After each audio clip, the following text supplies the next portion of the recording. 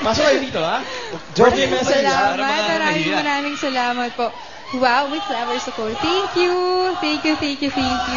Happy birthday. Balita ako, favorite mo daw sa video, okay? Kaya, Yun nga, thank you. actually, binuking ako ng ate ko. Tingnan yung video, okay kami. Ito po yung lagi kong kinakanta. Paulit-ulit ng porto. Happy birthday.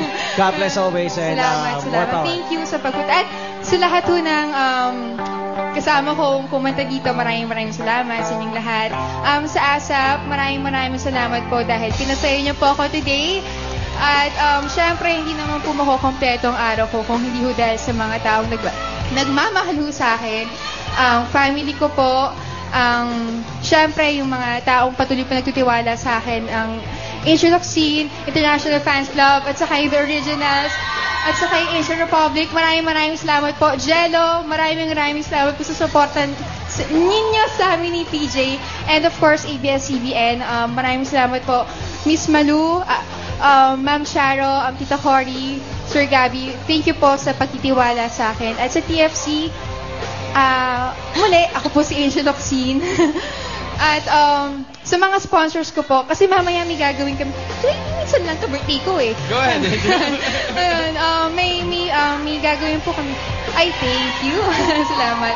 May gagawin lang po kaming para makatulong sa kapwa. Hindi pa po nila alam na ako yung pupunta dun eh. So, yun.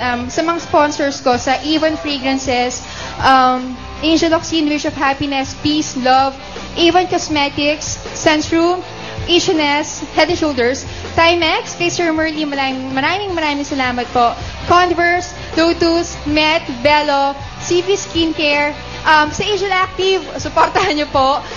McDonald's, Jag, Guess Eyewear, Farimo International, Happy Toothpaste, Angel Republic, Angel Locsin International, Jello, muli, maraming salamat po sa inyo lahat. Angel, hindi lang yan, may surpresa kami sa'yo dahil marami nagmamahal sa'yo. Ito ang regalo sa'yo ng Timex family, of course.